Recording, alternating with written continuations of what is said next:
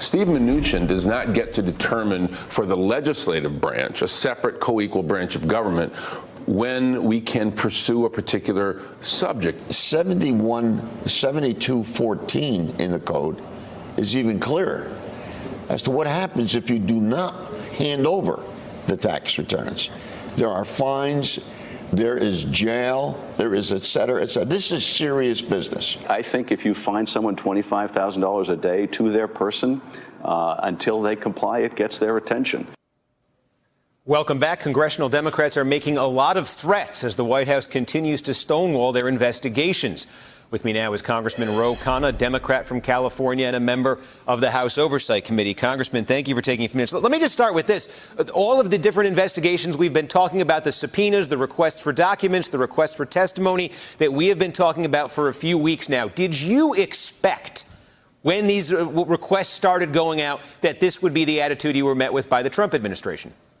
No, I did not. I expected that there would be back and forth. There always is. Every administration resists Congress. But then there is some accommodation. They say, let's compromise. Let's have these witnesses. Let's have these documents. This has been a blanket denial, basically contempt for Congress, and without any concern about separation of powers.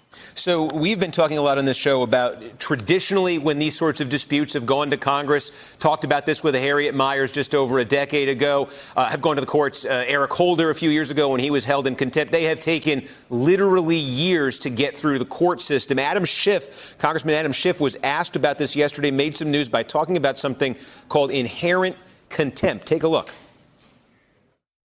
We're going to have to enforce so much of this in court, and we're seeing signs already, and I think this is positive, that the courts understand the urgency here. We are going to have to consider other remedies like inherent contempt, where if the courts take too long, we use our own judicial process within the Congress.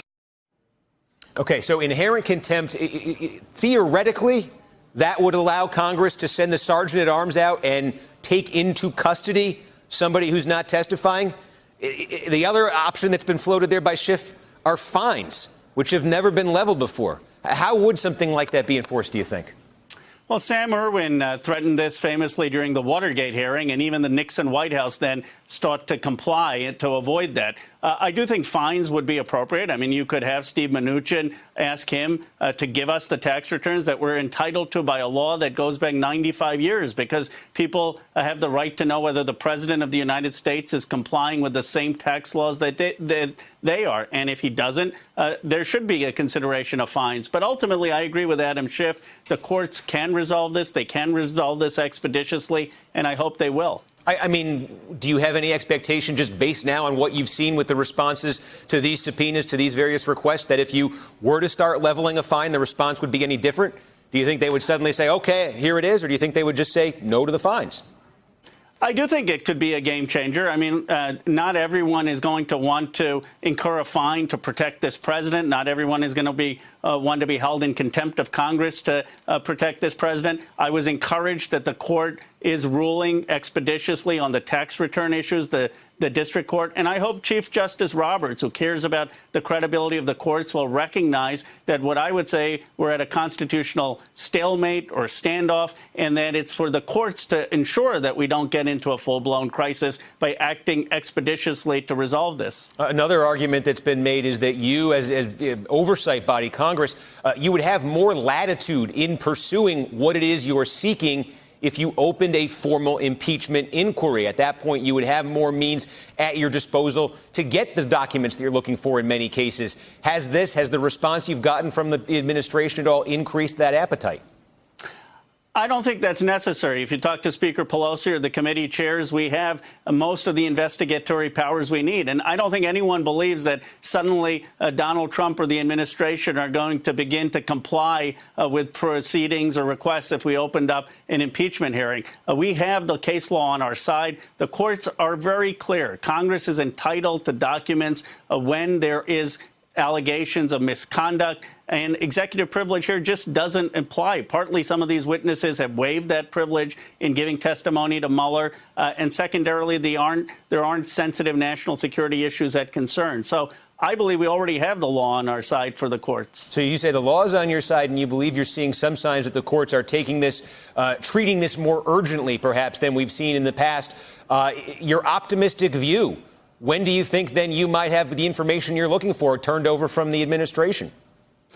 Well, the most important thing, I think, is for the country to hear from Bob Mueller. I'm hoping that that can happen in the next few weeks or month. I also think it's important for us to hear from Don McGahn about the obstruction of justice issues. And I'm hopeful in the next month or so that we do get the president's tax returns. It's important to understand the legitimate purpose for this. The president is on Twitter bragging that he never paid taxes and that he avoided taxes. The reason we audit presidential tax returns, every president's audited, is we are a nation of laws, and we want to know our elected leaders are complying with the same laws that citizens comply with. Congress has every right to figure out whether that's actually the case with this president. All right, Congressman Ro Khanna, thank you for taking a few minutes. Thanks for having me. Hello, YouTubers. If you're watching this, it means you've checked out our channel, so thank you. Now do me a favor, subscribe by clicking on that button down there. Click on any of the videos to watch the latest interviews and highlights from MTP Daily and MSNBC. You can get more Meet the Press content every morning in the First Read newsletter. If you're tired of content that you don't know anything about where it came from, you don't have to have that problem with us. NBC News, MSNBC, MTP, and the Meet the Press mindset right here for you on YouTube. Subscribe now.